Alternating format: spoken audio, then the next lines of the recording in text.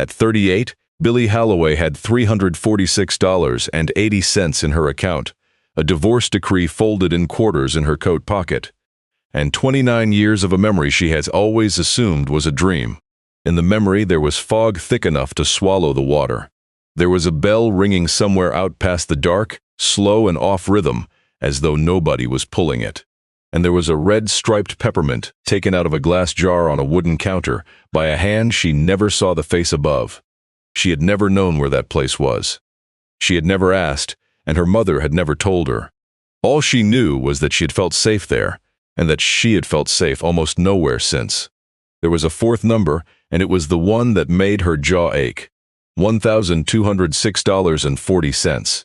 That was the check her half-brother mailed her 6 months after the funeral, with a note in his square handwriting, saying it was what remained after care costs. The house in Rhinelander had sold for $189,000. An entire woman's life had been reduced to $1,206.40, and Billie could not afford a lawyer to ask a single question about it. Her marriage ended on a Tuesday afternoon in September, in a room at the St. Louis County Courthouse in Duluth, where the air conditioner rattled like something was trapped inside it. 11 years took 40 minutes. Her husband signed fast, 18 inches away from her, and did not look over. She already knew he had signed a lease on an apartment in Superior in June. She already knew there were 2 names on it. She did not cry in the courtroom.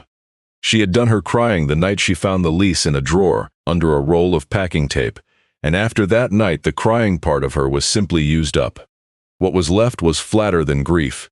It was the way the lake goes in November, when the water is too cold to bother making waves. She put everything she owned into a 5x10 storage unit off Grand Avenue, paid 2 months in advance, and slept on the couch of a woman named Dot Faraday, who had worked the cutting table beside her for 9 years. Dot did not ask questions.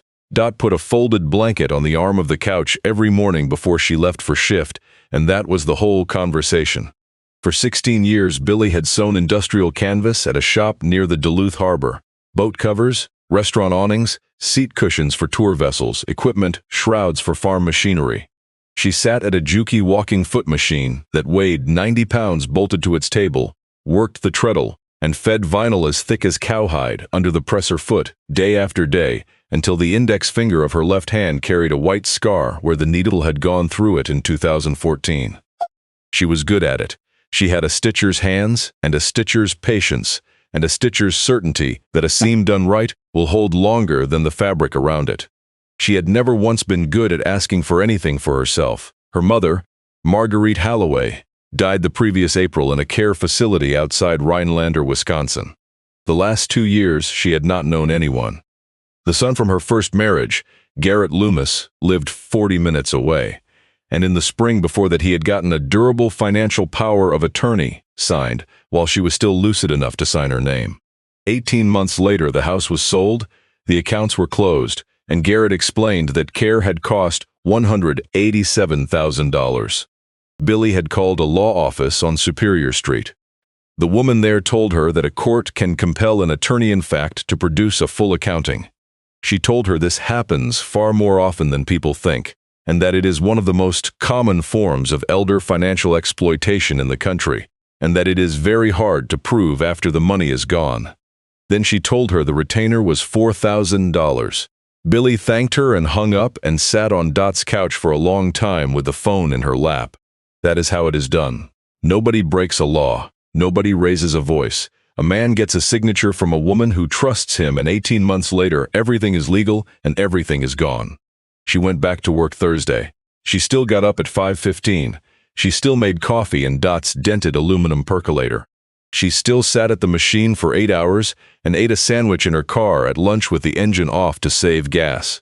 There are griefs that require you to lie down, and there are griefs that require you to go to work. Hers was the second kind. The letter came on the 17th of October. It was in Dot's mailbox, a thick white envelope with a law firm's name printed in the upper left corner, and a town she had to say out loud twice to be sure of. Houghton, Michigan. Billie carried it into the kitchen and read it standing up under the fluorescent tube with her coat still on. It ran 1 page. It informed her that she was the sole devise under the last will and testament of Halvor J. Rask, deceased the 21st of January 3 years earlier, at his residence in Sabin Harbor, Michigan, at the age of 79. The estate consisted of 4 7/10 acres, 12 cabins, a boathouse, a dock, an office structure, and one documented vessel of 38 feet, registered as the Bellwether. She read the dead man's name 3 times, Halvor Rask. She had never heard it in her life. She called the firm the next morning from the shop parking lot with the engine running for heat. The woman who answered was the attorney herself, Corinne Ashby, with the low, sanded voice of a lifetime smoker and the patience of somebody who had explained this exact thing too many times. The will was executed in 2019. It was witnessed, notarized, uncontested, and clean. Billie's name had been in Rask's file long before that, with a birth date correct to the day. Billie asked whether there had been any letter, any explanation, anything. Ashby said no. She said Halvor Rask was not a man who explained. Billie asked why it had taken 3 years for the notice to reach her. Ashby did not soften it. She said Rask had written down an address in Wisconsin that had been vacant since the 90s, and that tracing a woman through a marriage record and a driver's license takes a probate clerk a long time when there is no money in the file to make anyone hurry. Then she said there was one more thing Billie should know before deciding anything, and that was that there were unpaid property taxes, and that disclaiming an inheritance was entirely legal and that plenty of people did it. Billie sat in the car for 10 more minutes after she hung up. The exhaust ticked. 2 gulls fought over a heel of bread on the lid of a dumpster. That night she lay on Dot's couch and turned the name Halvor Rask over until the ceiling started to drift. And somewhere in the half place before sleep the old memory came up clearer than it had ever come. Fog. A wooden porch roof dripping in a straight line onto gravel. Her mother sitting on the edge of a bed with her coat, still buttoned, holding her own left wrist in her right hand, the way you hold something that is broken. A radiator clicking, and out past the black water every few minutes, a bell. Not a church bell. Heavier, further, and wrong in its timing, as though the thing ringing it was not a person but the water itself. Billie sat up in the dark with her heart going hard and slow. She had been 7 that autumn, 1995. 29 years. In the morning she asked for 3 days of unpaid leave. Her foreman looked at her a beat longer than necessary and said take them. The winter cover orders had not come in yet. She filled the tank of her 2009 Corolla, bought a sleeve of saltines and a jug of water and a paper road atlas because her phone data had run out on the 4th, and she drove. 400 miles. Around the bottom of the lake, through Ashland, through Ironwood, where the brick storefronts stand with their windows papered, and then north up the Keweenaw, the long finger of rock that pushes out into Lake Superior as though it is pointing at something. The country changed 3 times on the way. First pine and birch and tag alder. Then the dead copper towns, the stamp mills standing roofless in red brick with saplings growing out of the 2nd floor. Then rock, black wet basalt shouldering up out of the ground like bone through skin. Highway 26 ran along the shore, and every time the trees thinned the lake appeared on the left, pewter-colored, flat, and so wide that there was nothing on the other side of it. People call it a lake. It does not behave like one. It has swells and November gales and a bottom cold enough that it keeps what it takes. Sabin Harbor came around a bend at 4 in the afternoon. Population 611, according to a sign the weather had gone through. There was one main street about a quarter-mile long, a grocery that also sold bait, a diner called Doherty's, a white Lutheran church with a square tower, a 2-pump gas station, and a corrugated fish house sitting right at the water with 3 trucks parked outside it. The town smelled like whitefish and diesel and rotting maple leaves. 2 men standing outside the fish house turned to watch the Minnesota plates go by and then turned back. Northwind was 1.5 miles north of town, at the end of a gravel road that dropped off the highway between 2 stands of cedar. She knew it before she saw the sign. Not with her memory. With something lower down, the way you know you have missed a stair in the dark. The gravel went under the tires in a rhythm her ears had heard before. The sign stood at the head of the drive, a plank of painted wood with most of the paint gone. Northwind was still legible. Under it, fainter, cabins and boat livery. 12 cabins stood in a shallow curve following the shoreline, numbered 1 through 12. The roll roofing sagged on 3 of the middle ones. The doors had been green once and had gone the color of dishwater. Knee-high weeds came up through every seam in the concrete walk. A wooden boathouse sat at the north end, with its sliding door open a hand's width, and at the south end a dock ran 60 feet out into the water. Tied to it was a boat. Billie shut off the engine and sat there. The light was already going the way it goes in October that far north, a blue-gray with no visible source. The lake was flat and dumb.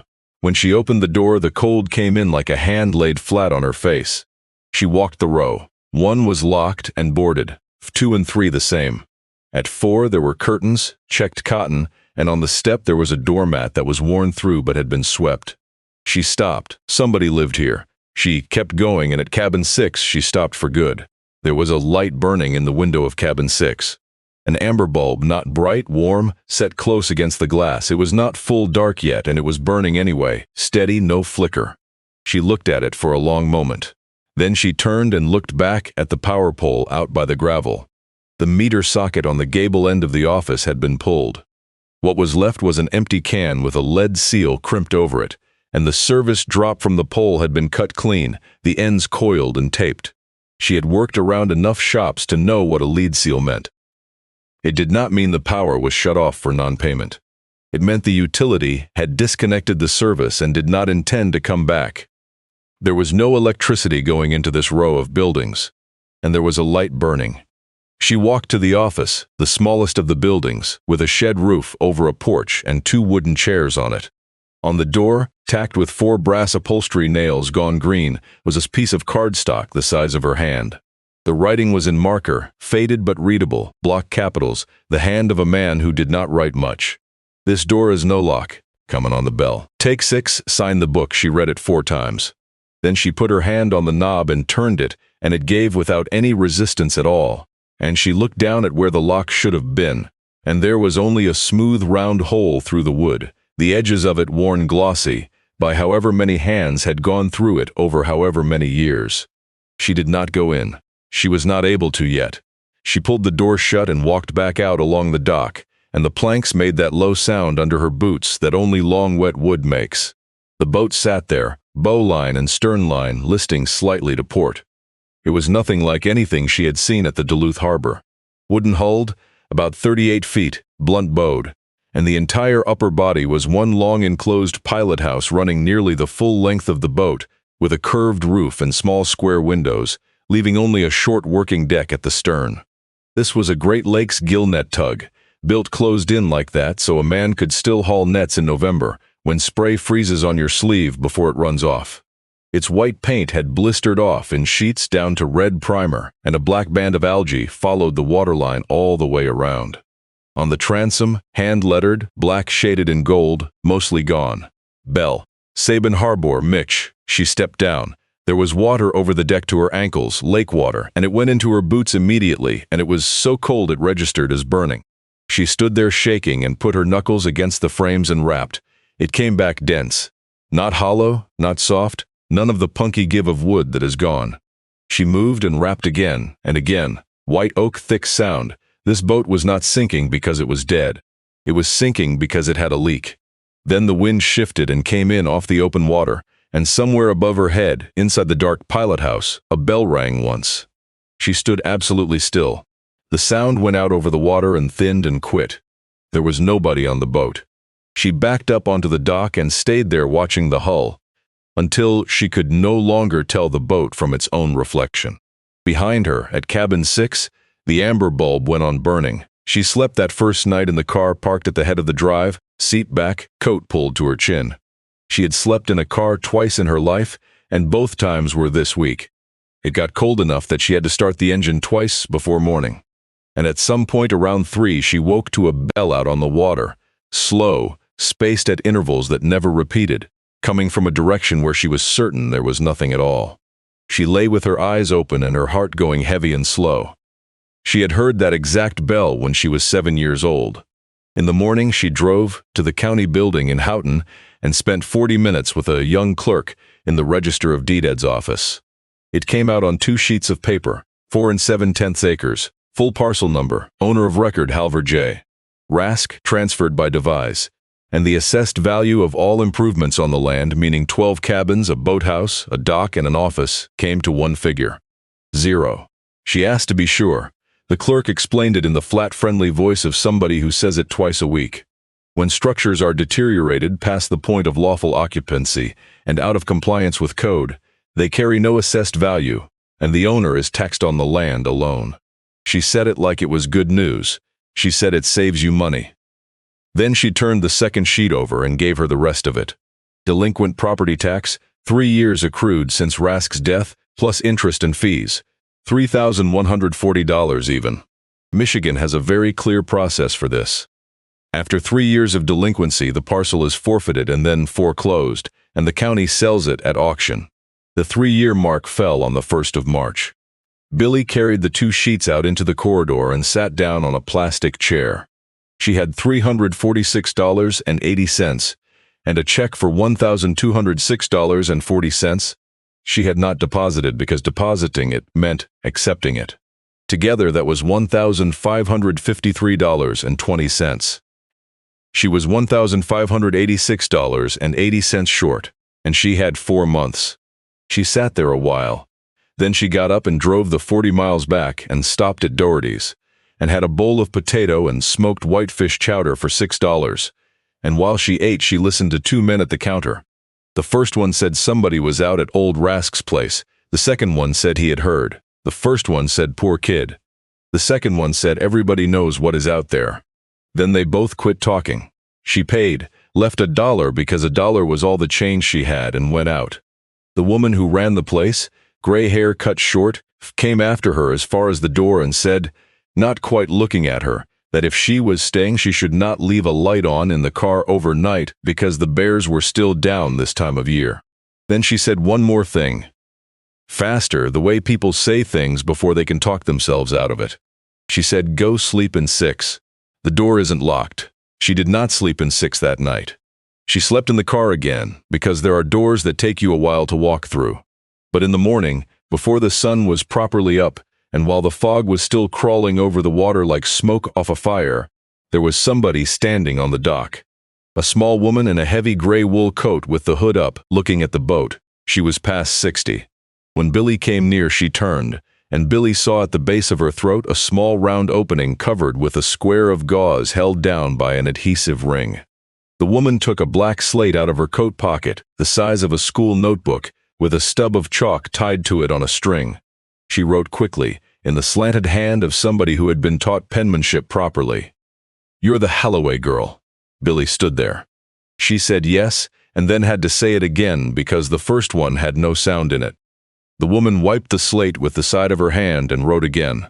"I'm Inga Sallow. I live in 4. She put out her hand and Billie took it. It was cold and bony and very strong. Inga Sallow had lived in cabin 4 for 11 years. She lost her voice in 2011 to a laryngectomy and lost her job 6 months after that, bookkeeping at the fish house. Not because she made mistakes, but because the new owner could not stand waiting while she wrote. Her husband died in 2012.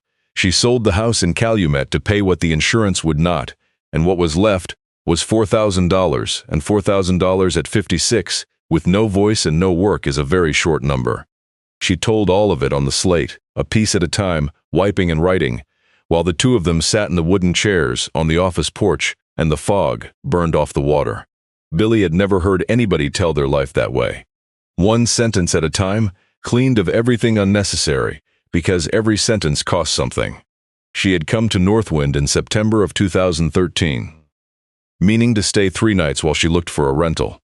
Rask gave her the key to 4 and gave her the slate. This slate, bought at the grocery in town for $1.99. 3 nights became 3 weeks. 3 weeks became the winter. In April, she asked him about rent, and he said a thing she copied out on the slate for Billie, word for word. He said, "The cabins are standing there anyway. U&1 keeps it from rotting." 11 years, she had never paid $1. She said she tried. She said she once left $200 in an envelope on the counter, and 3 days later the envelope came back under her door unopened, with 2 words written on the flap. "Books balance." Billie asked what he lived on. Inga wrote, "Fish, he set nets until he was 74. Whitefish, lake trout." He had nothing. Then she wiped it and wrote one more line, slower. He had nothing, and he gave it away for 41 years. Billie asked about the light in 6. Inga stood, waved her along, and took her around behind the row. On the roof of cabin 6, lag-bolted through to the rafters, was a solar panel the size of a serving tray, gray, crusted with gull droppings but with the glass still clear. A cable ran off it down under the eave into a plastic box screwed to the beam, and in the box was a sealed lead-acid battery and a photocell no bigger than a fingertip. A second cable came out of the same box and ran back up the slope behind the cabins, stapled along the trunks of 3 cedars, to a short post on the rise with a second amber bulb in a marine fixture on top of it, 40 feet higher than the first and 100 yards further back from the water. Inga wrote, "He put it up in 2016. Did it himself. He said they can shut off the power, they can't shut off the sun." Billie asked what the second one was for. Inga wrote, "They only work as a pair." Billie stood looking at that panel for a long time. A 69-year-old man had climbed a roof to install a system big enough to run exactly 1 light bulb. He had done it knowing that someday the utility would cut the service to a dead man's property. He had done it knowing that someday he would be the dead man. And he had wanted that bulb to keep burning anyway. That is not romance, that is engineering. About the bell, Inga shook her head. She wrote, "I don't know." Then she added, "It is rung for 3 years. Before they went in, Inga handed her a steel ring of keys, 12 of them, each with a stamped brass tag. She wrote on the slate, "Only 11 work." Billie counted them again. 12 keys, 12 cabins. She asked which one did not work. Inga pointed at the office. Then she wrote, "The office door has no lock. He took it off in 1998 and threw it in the lake." Billie asked why. Inga held the chalk still for a moment. Then she wrote it out slowly, and Billie watched each word come. "Because somebody needs to come in at 2 in the morning, and that person is not going to knock." Before we go any further, if stories like this one mean something to you, take a second to hit subscribe and tell us in the comments where you're watching from.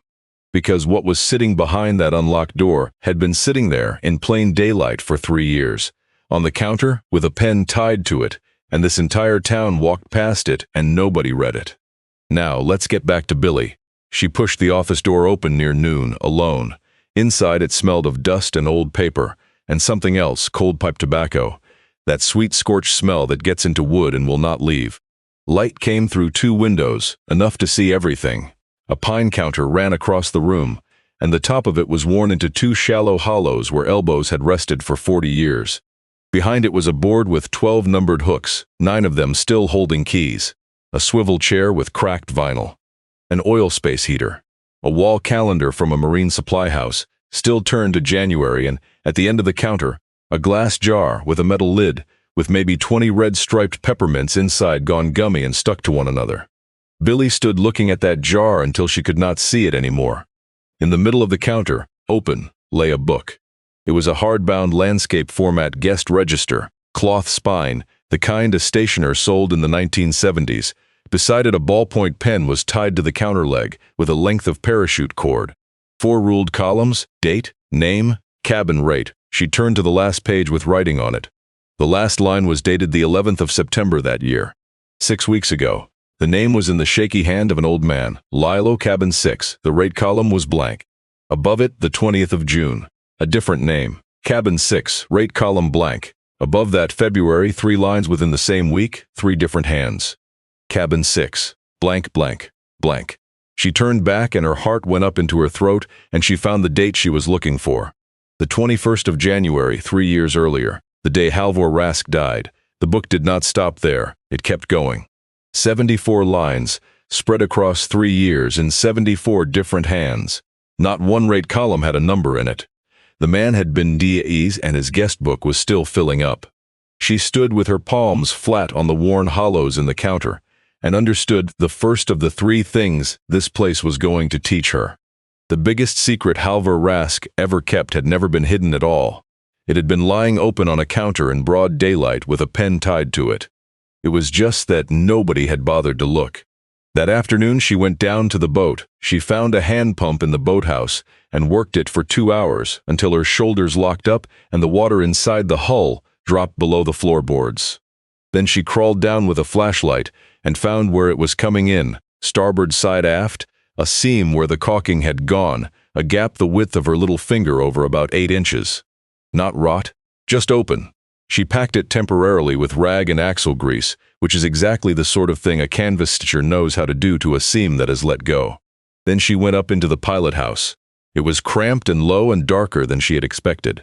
The wheel was wood, 9 spokes, close to a yard across, polished bright on the 3 spokes a hand keeps finding. A folding chart table was hinged to the bulkhead. A compass sat in a brass binnacle with a hood over it. And on the after bulkhead, hanging from a single nail, was a yellow oilskin coat gone stiff with age, and it was the coat that the pipe tobacco smell was coming from. She put her hand in the pocket and came out with a flat tin, and inside the tin was a pinch of dried shag curled up like wood shavings. On the pilot house roof, right where a man at the wheel could reach it, was a bronze bell the size of a fist on a steel bracket with a lanyard hanging down. She reached up and moved it. The clapper inside swung loose on a ring worn almost through. Wind coming through the gap in the pilot house door was enough to move it. That was the bell she had heard the day before. She let her breath out, and the sound of her own breathing was too loud in that little room. On the chart table a chart lay open under a sheet of vinyl, folded along its old creases, the north shore of the Keweenaw. And somebody had drawn a pencil line on it, running from the mouth of Sabine Bay out on a slant, ending in a small cross beside a marked reef. She bent close. The graphite was fresh, not 3 years fresh, black, sharp, unsmudged, and beside it a date written in the margin. May of that year. Somebody had stood exactly where she was standing 5 months ago and drawn that line. She stepped back and knocked the binnacle with her hip, and the brass hood flipped up. And the compass card, which had been sitting on north, swung slowly 20 degrees west and stopped. There.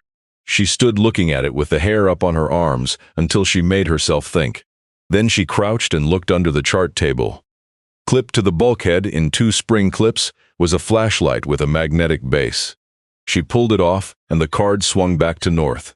She sat down on the pilot house floor and laughed, one short dry sound that came out closer to a hiccup. 3 times in 2 days, something in this place had put ice down her back, and 3 times it had turned out to be a worn ring, a wet pencil, a magnet, and a clip. She was beginning to suspect that at Northwind everything that looked like a haunting was going to turn out to be somebody having done a very specific thing on purpose. She put the flashlight away and pulled out the chart table drawer, pencils, dividers, a spool of leader line, a pocket notebook swollen with damp and unreadable. She started to close it. Then she noticed the drawer was shallower than the table was deep. She took everything out and knocked on the bottom. It came back thick and dull.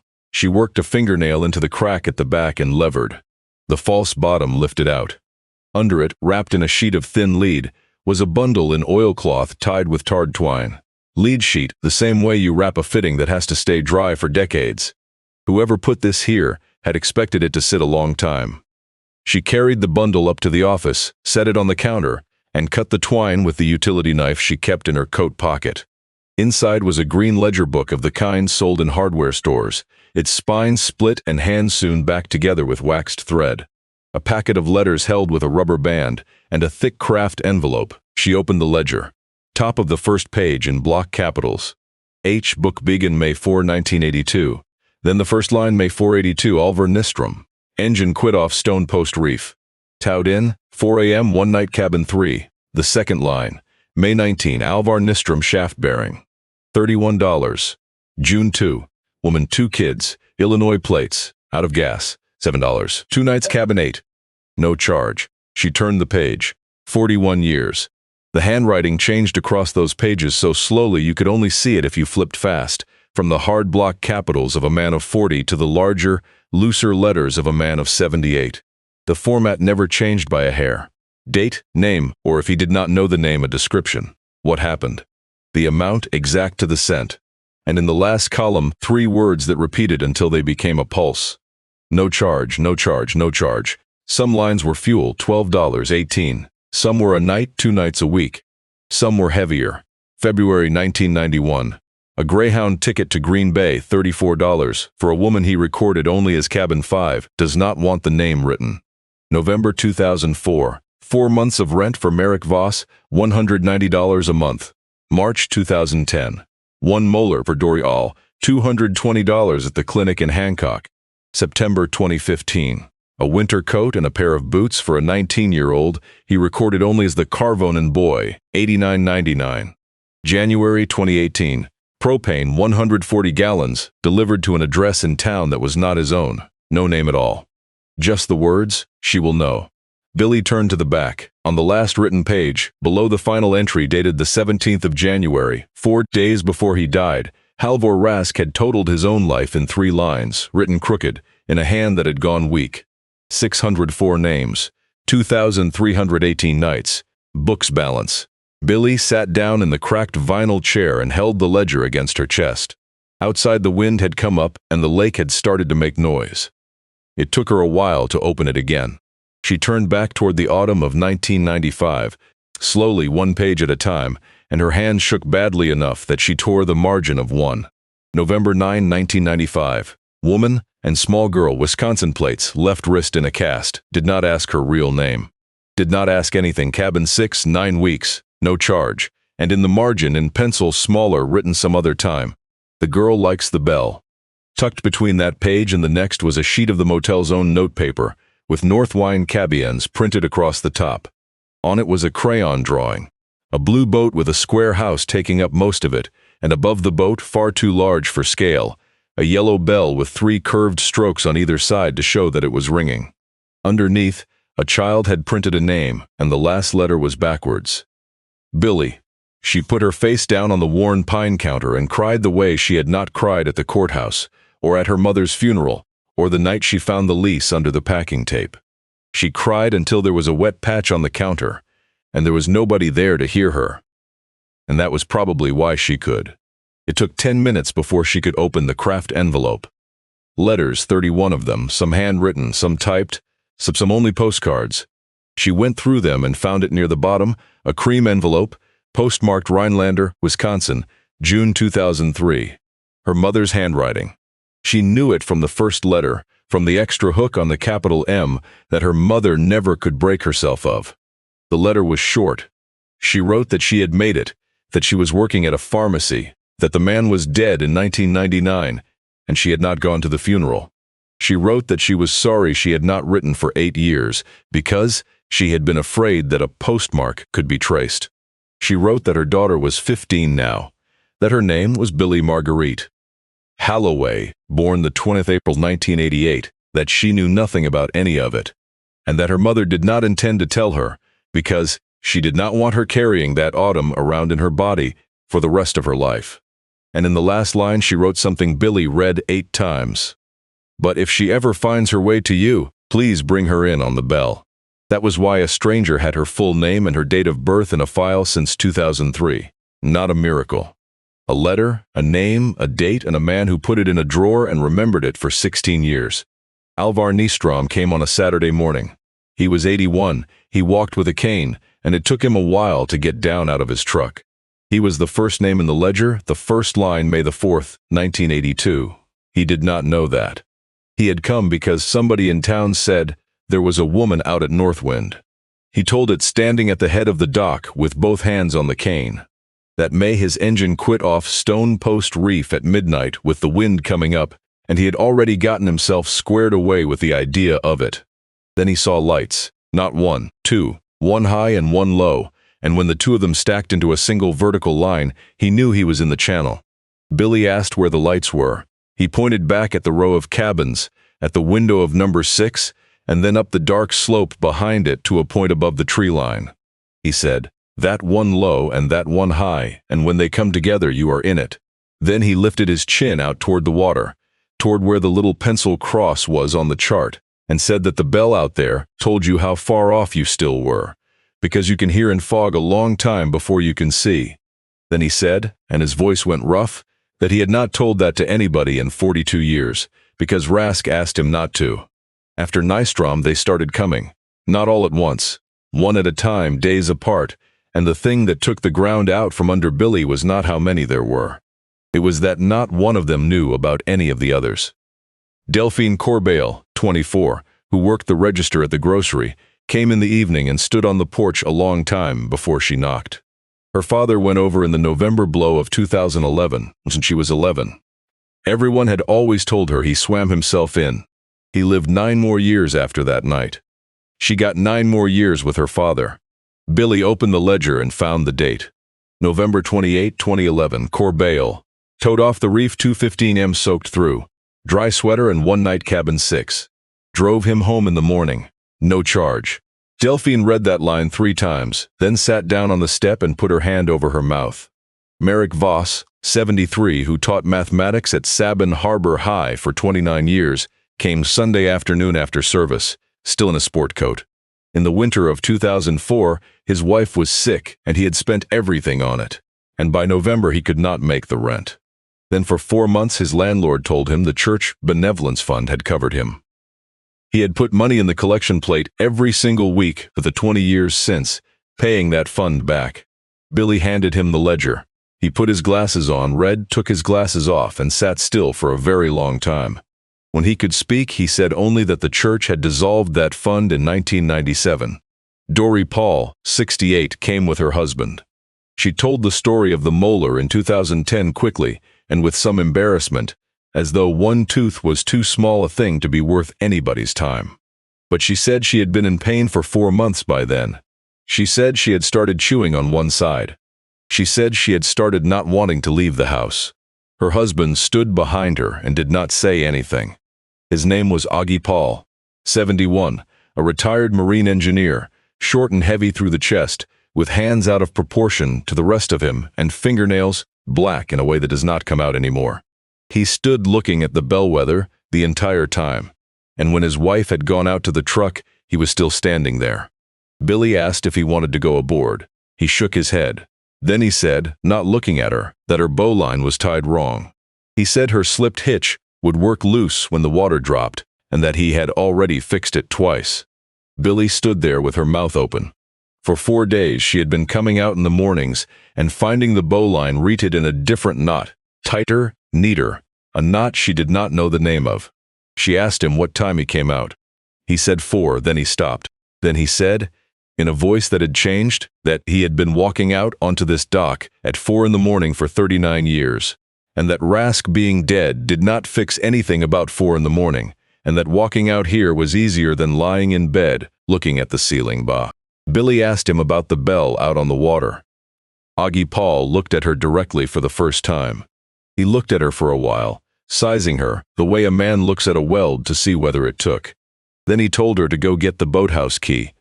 In the boathouse, under a blue tarp that Billie had pulled back on her first day and put down again because she thought it was garbage, there was a buoy. It was a spar, a 13-foot pine pole painted in black and white bands with a concrete counterweight at the bottom and a 3-legged steel gallows at the top. On the gallows hung a bronze bell the diameter of a bucket, and inside the bell, instead of one fixed clapper, 4 hammers hung free on 4 short chains. Augie reached in and pushed one, and it made the sound she had heard. At 3 in the morning, the sound she had heard when she was 7. He explained it the way a man explains machinery, which was the only way he had of explaining anything. The spar rolls with the sea. Big sea, it strikes often. Small sea, it strikes seldom. It never keeps time, and because it never keeps time, you can tell it from every other sound on the water. You set it in May when the ice is out. You pull it in November before the ice makes, or the ice takes the pole off at the waterline. Billie asked who said it. He said Rask, 30 years. Then Billie asked the next question, and she asked it quietly because she already knew. He looked down at his own hands. He said me, 3 years. He said that the first May after Rask died, he had told himself he was done, that it was not his business. He said he had let it go until nearly the end of May. Then one night he lay listening to the northwest wind get up to 18 knots, and he thought about 4 small boats out of this town that were still out there, and he got up at 3, walked down alone, put the spar in his skiff, and ran it out to the reef by himself. He said he had never told anybody, not his wife. He said she thought he went fishing. Billie asked him why he kept it to himself. Augie Paul shrugged, the shrug of a man from that country, and said that if he told anybody, the county would ask about paperwork, and if the county asked about paperwork, somebody might order it pulled, and if it got pulled, then some fall there would be a kid who did not make it in. That was the sentence that opened the 3rd door, and neither of them knew it at the time. Preston Gullickson came on the 11th day. He drove a new white Ford F-250, clean enough that even the wheels had no mud on them, which takes some doing in a place where every side road is gravel. He was about 46, in a green waxed cotton jacket and leather boots that had never been in water. He got out and looked at the row of cabins once, left to right, and Billie saw that he was not looking at it the way you look at buildings. He was looking at it the way you look at a piece of ground. He introduced himself and handed her a card. Gullickson Shore Development, Marquette, Michigan. He was not arrogant. That was the part she found hardest. He was courteous. He said he was sorry about Rask. He asked whether the drive had been long. He said the Corolla still running was a credit to her. Then he told her his grandfather had worked the Sabin Harbor Fish House for 40 years, that he had grown up in the third house down from the Lutheran church, that he knew this bay better than he knew his own hands. Then he said the number, $47,500, cash, closing in 30 days, and he would cover the transfer costs and the outstanding tax himself. Billie said she was not selling. He nodded without any surprise at all, and then he did the thing that people who are good at persuading do. He stopped talking about money and started talking about the town. He said Sabin Harbor had 1,300 people in 1990 and had 611 now. He said the high school had consolidated with Calumet in 2017, and the kids rode a bus, 50 minutes each way. He said the fish house was down to 3 commercial licenses from 19. He said his plan was 40 slips, a restaurant, and 18 rental units, and he had a consultant's figure that said it came to about 80 seasonal jobs and 11 year-round. He said, and Billie believed him, that he wanted this town to live. Then he said the last thing, in the same courteous voice, and it was colder than anything else he had said. He said he did not actually need to buy it. He said he only needed to wait. $3,140 due the 1st of March, and he knew she did not have it. When the county took it to auction, he would buy it at a minimum bid equal to the tax owed, and he would get it for $44,000 less than he had just offered her. He said he had offered $47,500, not because he had to. He had offered it because it was the decent way to do it. Then he got in the truck and left, and his wheels still had no mud on them. She deposited the check for $1,206.40 the next day. She hated every second of it. She stood at the ATM at the bank in Calumet, and her hands shook when she fed the check into the slot. Then she drove to the county treasurer and asked about paying the tax in installments. They said yes, the county had a delinquent tax payment plan that she would have to apply, show hardship, and put down a quarter of the balance to enter it. $785. She paid it. That left her $768.40 and $2,355 still owed before the 1st of March. The following week the letters came. Not one. 2. The first was from a law firm in Marquette on behalf of Gullickson Shore Development, giving notice that their client had petitioned the County Planning Commission to review the living status of the parcel. The second was worse. It was a complaint filed with the Maritime Authority, copied to Billie as landowner, stating that in the waters adjacent to the parcel there existed an unregistered floating device, specifically a bell buoy not shown on any official chart, constituting a hazard to navigation, and further that 2 light sources were maintained on the shore capable of being mistaken for aids to navigation. It requested removal of all 3. Billie read it twice and sat down on the office step. The buoy, the light. He was not coming at her. He was coming at the 2 things that made this place what it was. Pull the buoy, and there is nothing left for Augie Paul to run out to the reef every May. Kill either of the 2 bulbs and the range no longer lines up, and the gap between the 2 reefs goes back to being a black hole in the fog. And if those 2 things go, then the card tacked to the office door is only a piece of card. She took the letter to Inga Salo. Inga read it slowly and then wrote one word on the slate, Ashby. Corinne Ashby saw her Thursday afternoon in an office in Houghton that smelled of coffee and paper. She was 70, with gray hair pulled back, and she listened all the way through without interrupting once, hands folded on her stomach. When Billie finished, Ashby sat a moment and then said she had done Halvor Rask's files since 1997. She said he was the most difficult client she had ever had because he never asked what anything cost and never took advice.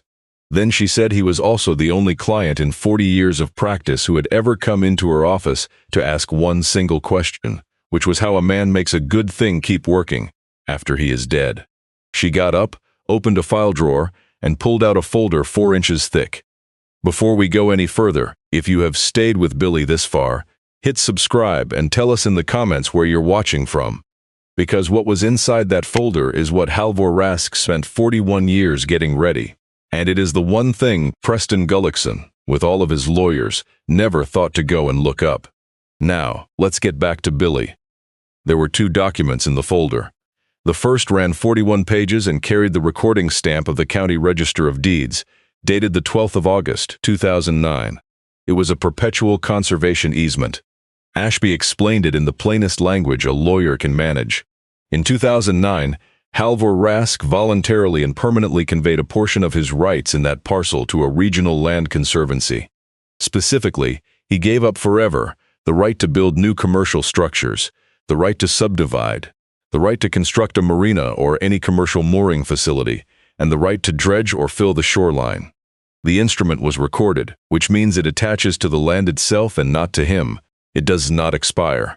It binds every future owner. It binds a buyer at a tax auction. It binds the county. It binds Billie.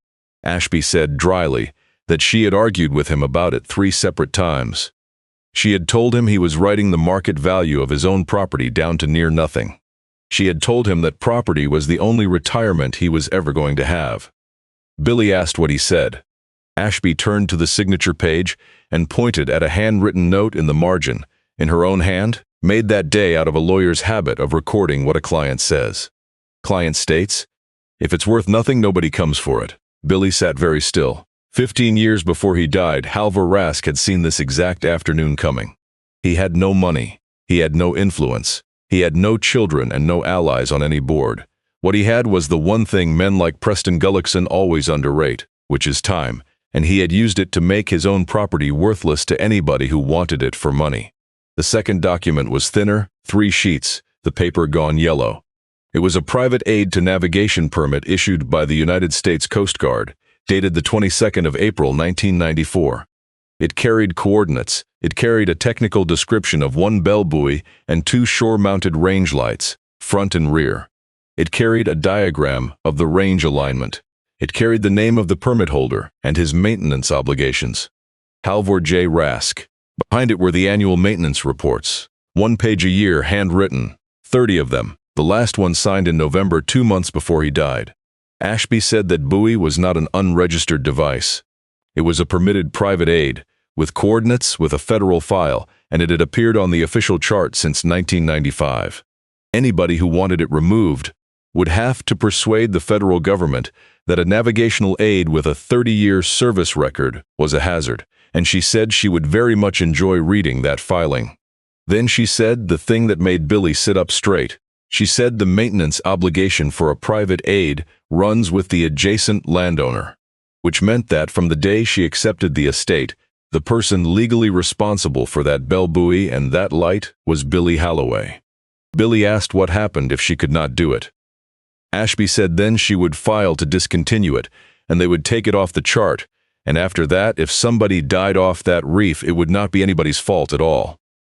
The County Planning Commission met on a Tuesday morning in early December, on the 2nd floor of the government building in Eagle River, in a room with 12 folding chairs and a radiator that banged.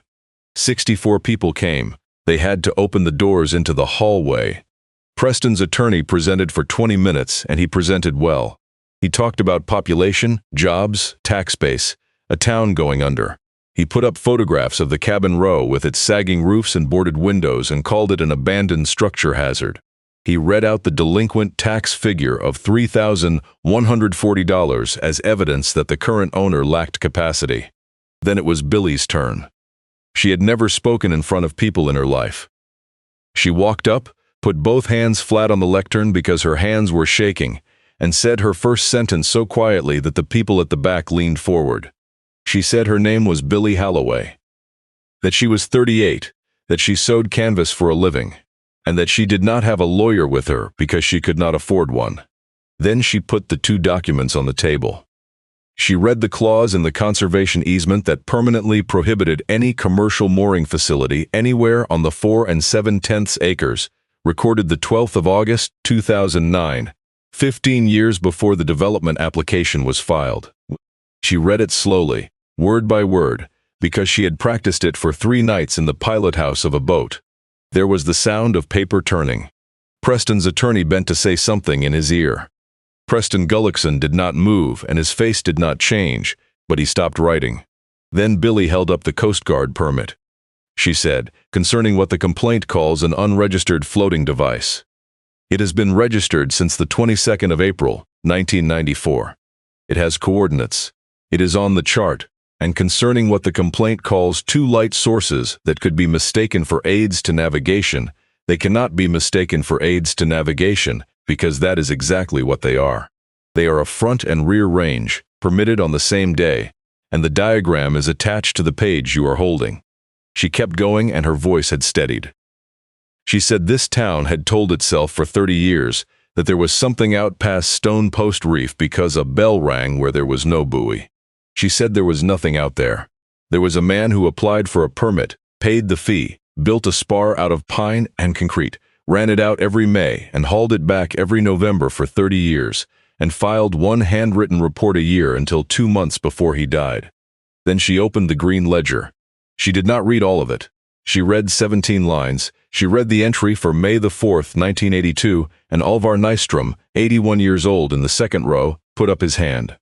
She read the entry for November the 28th, 2011, 2:15 in the morning, and Delphine Corbeil stood up at the back of the room. She read the 4 months of winter rent from 2004, and Merrick Voss stood up. She read the $220 molar, and Dory Paul stood up, and her husband stood up beside her. By the 12th line there were 19 people standing, and nobody had told anybody to stand. Then Billie read the last one she had chosen. November 9, 1995, woman and small girl.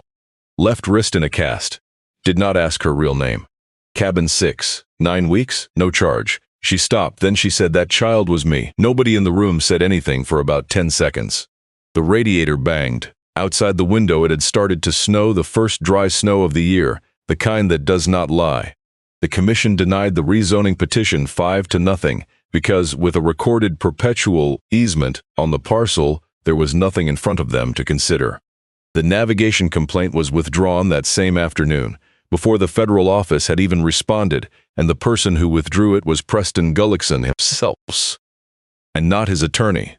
He waited for Billie in the parking lot. He did not apologize. Billie had lived long enough to know that men like him almost never do, and she found she did not need him to. He stood with his hands in his pockets, looking somewhere else, and asked whether his grandfather was in that book. Billie said she had not read all of it. She said 604 names takes a while. He nodded. Then he said, still looking somewhere else, that in 1987 his grandfather's boat lost power off West Point and got in just before daylight, and that the old man would never say who towed him. He got into the truck. This time the wheels had mud on them. The first envelope appeared on the office counter on a Thursday morning, 3 days after the hearing. No name, no note. 4 $20 bills folded once. Billie stood holding it a long time, and her first instinct was to go find out who had left it so she could give it back, because that is the instinct of a person who has spent her whole life not taking anything from anybody.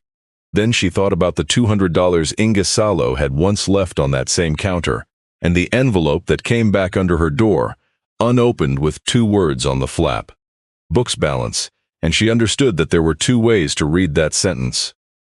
Halvor Rask gave Inga her money back because as far as he was concerned the books did balance.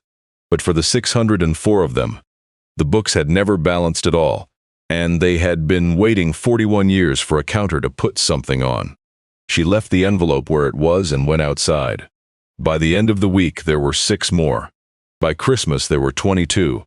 There were 20s, and there were 50s, and there was one that held $9 and change tied up in a paper napkin. There was one with $100 in it, and a note in shaky capitals that said, "In '96 I stayed 4 nights in 11, and I have been waiting since then." She did not spend $1 of it. She counted it every Sunday and wrote the running figure on the inside of a cupboard door in pencil, and the number climbed the way water comes up a piling, so slowly you have to mark it to believe it. On the 19th of February she drove to the county treasurer's office and paid the remaining $2,355. She paid it in a stack of mixed bills that the clerk had to count twice, She carried the receipt out to the car and sat with it in the parking lot, and she did not cry. She only breathed out for a long time. That afternoon she went back to Northwind, opened the green ledger to the first blank line in 41 years, and wrote her own first entry. She did not house the Avings, did not write the names of the people who left the envelopes because she did not know them, and because she thought that if they had wanted her to know they would have signed. She wrote, February 19, property tax, $3,140, paid in full. Source, 31 envelopes and 1 inheritance, each check in the amount of $1,206.40. She sat looking at that last figure a long time. That was her mother's money. That was everything left of a woman who had run in the night with a broken wrist and a 7-year-old, after another man got a signature and turned 40 years of her working life into a line item called care costs. For 6 months, Billie had refused to touch it because touching it meant agreeing with it. Now it was 12 cabins, a dock, a bell buoy, and a light. She wrote one more line under it, smaller. Garrett, the money went where it needed to go. She did not mail it to him. She only needed it to be in the book. Spring came late, the way it does on the Keweenaw. The ice broke up the second week of April, and for the rest of that month the whole bay rang with floes knocking together like crockery in a sack. Augie Paul taught her how to run the spar out to the riff. He taught her to read the range, to stand at the wheel and work the boat over a few degrees at a time until the 2 lights stacked into one vertical mark, and he made her do it 8 times in evening fog until she could do it without thinking about it. He taught her the knot she had been tying wrong all autumn, and he told her its name, and she remembered it. The bellwether went back in the water on the 6th of May. She had put 5 months into it. She recalked the whole starboard-garboard seam with oakum and marine seam compound, the way an old man in Hancock showed her on a scrap of plank before he would let her touch the boat. She sistered 4 frames. She sewed the entire stern cover, and the pilot house Dodger herself on the Juki she had bought back from her old shop on installments and hauled up in the bed of Augie's truck. The engine she could not do, and Augie did it, and he would not take money. And when she pushed, he told her to put it in the book. She put it in the book. May 6. Engine overhaul, 3 days labor, no charge. Halvor Nestrom explained the name to her one afternoon in June. A bellwether is the weather that wears the bell. In a flock, somebody picks one animal and hangs a bell on its neck, and the rest of them follow the sound of it home. Not because that one is stronger or smarter, only because it is the one that will carry the bell. She opened 4 of the 12 cabins in June. $40 a night, mostly to fishermen and bird hunters, and people riding motorcycles up the shore road. She could not fix the other 8, and she did not pretend she could. She took canvas work from the fish house fleet and from 2 restaurants in Copper Harbor, and she set the Juki up in the front room of cabin 1. And that summer, she grossed $23,000 before tax. She was still poor. That needs saying plainly because in stories like this one, somebody usually finds a strong box full of money in the last 5 minutes, and there was no strong box. There was no trust fund, no cash in the bilge, no old painting in the boathouse. Halvor Rask died without a dollar of savings because over 41 years he had spent all of it on 604 names. Cabin 6 she never rented, not once. She kept it the way he had kept it. Bed made, blanket squared, an oil lamp and a box of matches on the nightstand, dry clothes in the closet in 3 sizes, and in the drawer a bottle of water, a sleeve of crackers, and a card with her phone number on it. Inga Salo stayed in 4. She did not pay, and Billie would not take it. One evening in August, the 2 of them sat on the office porch watching the sun go down behind the point, and Inga wrote a longer line on the slate than she had ever written. It was from the letter to the Hebrews, chapter 13. Do not neglect to show hospitality to strangers, for by so doing some have entertained angels without knowing it. She wiped it and wrote underneath, Rask never went to church a day in his life. He was the only man in this town who actually did that. Billie held the slate for a moment and gave it back. On the last night of November, the fog came in so thick that from the office porch she could not see the head of the dock. The spar had been hauled the week before and lay in the boathouse waiting for spring. The 2 bulbs burned the way they burned every night, running on the light of a day that was already over. A little before 11 she heard an engine. It came in slow, feeling for the way, throttling back and then up again, the sound a man makes when he is not sure where he is. Billy went out to the head of the dock with a flashlight and waited. The boat came out of the fog at less than 20 yards, an 18-foot aluminum skiff, and the man at the tiller shut it down and let it drift in. It was a pleasure skiff, not a fish boat. The man in it was wearing a green waxed cotton jacket. Preston Gullickson made the line fast, climbed up onto the dock, and stood there wet to the chest in November cold.